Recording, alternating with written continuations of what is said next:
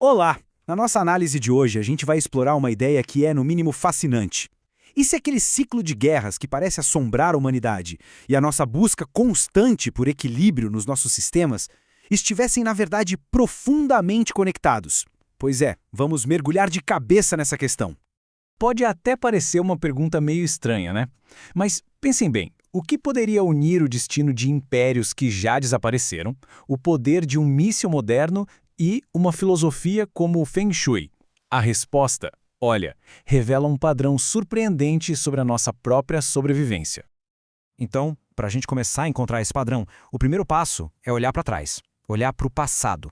A história, veja bem, está cheia de pistas. Pistas sobre por que as civilizações não só prosperam, mas também por que quase que inevitavelmente elas parecem entrar em colapso.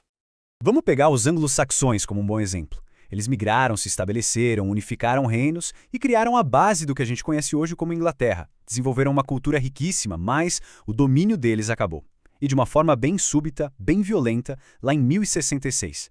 E essa história, essa de ascensão e queda, não é única não. Na verdade, é um padrão que se repete e muito ao longo do tempo.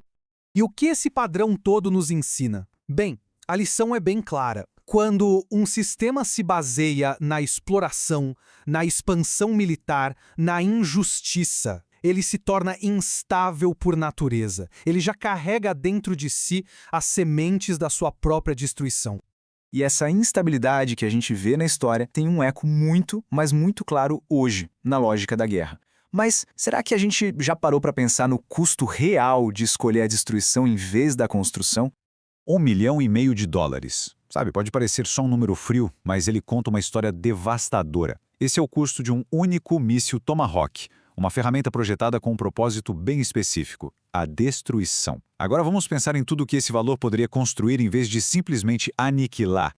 E o custo, claro, vai muito além do dinheiro. Um míssil pode apagar, em questão de segundos, vidas que representariam décadas de potencial criativo, econômico, humano. A destruição de capital humano é, sem dúvida, a perda mais irreparável de todas.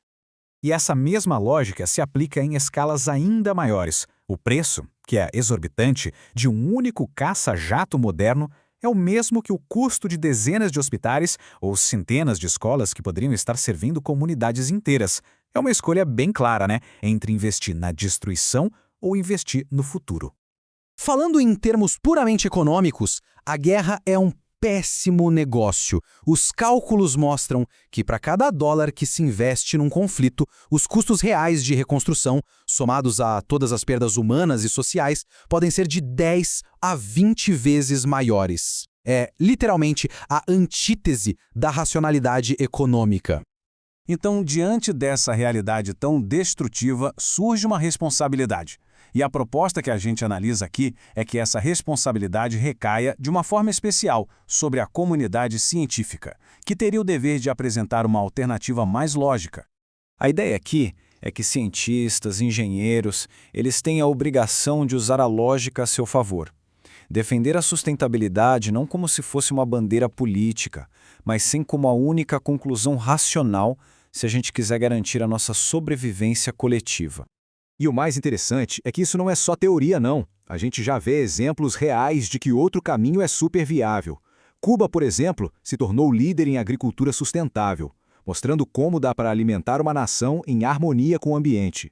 Os países nórdicos estão na vanguarda da energia limpa, provando que desenvolvimento econômico não precisa destruir o planeta. E a Costa Rica? É um modelo global de conservação, protegendo sua biodiversidade como se fosse um tesouro nacional.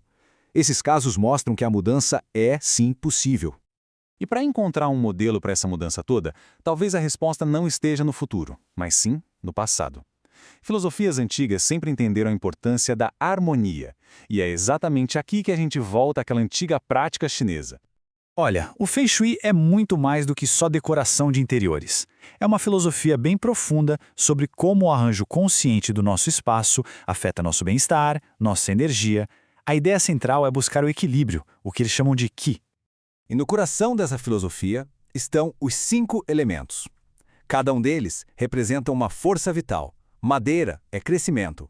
Fogo é energia. Terra é estabilidade. Metal, clareza. E água, o fluxo da abundância. A harmonia, então, vem do equilíbrio entre todos eles.